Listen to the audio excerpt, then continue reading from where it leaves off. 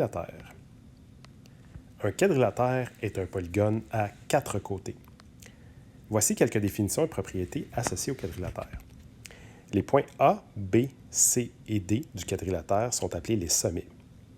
Il y a également 4 côtés, donc les segments AB, BC, CD et AD sont les côtés du quadrilatère. On a aussi les côtés AB et CD qu'on appelle des côtés opposés, un en face de l'autre. On a également BC, donc BC, et AD qui sont également des côtés opposés.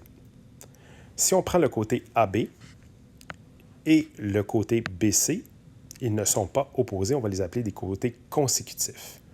Des fois, on utilise le terme qui se suivent, donc des côtés consécutifs.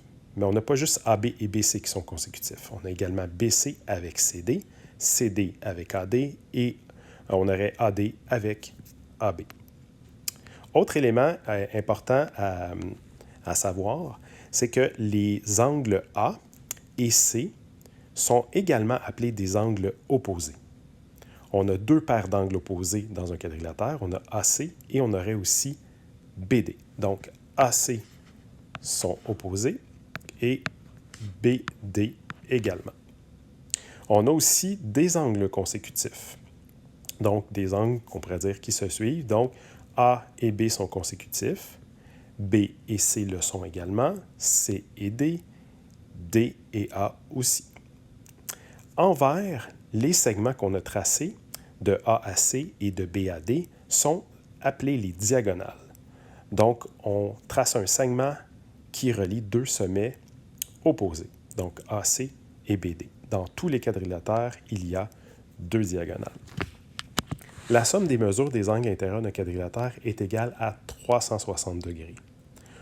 Voici un petit parallélogramme qui nous permet de valider cette affirmation. On a 4 angles, donc 2 angles de 55 degrés et 2 angles de 125 degrés. Donc, si on fait 2 fois 55, on va obtenir 110 degrés. Et 2 fois 125, on va obtenir 250 degrés. Et si on additionne les deux résultats, 110 plus 250, on obtient 360 degrés.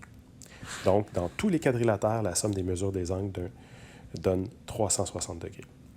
En première secondaire, nous allons travailler avec les quadrilatères suivants. Le carré, le rectangle, le parallélogramme, le losange, le trapèze isocèle et le trapèze rectangle, et finalement, le quadrilatère quelconque. En terminant, chaque quadrilatère a des propriétés concernant ses côtés, concernant ses angles, concernant ses diagonales, concernant ses axes de symétrie. Donc, il y a des quadrilatères qui vont avoir plus de propriétés que d'autres, et c'est ce qui les différencie.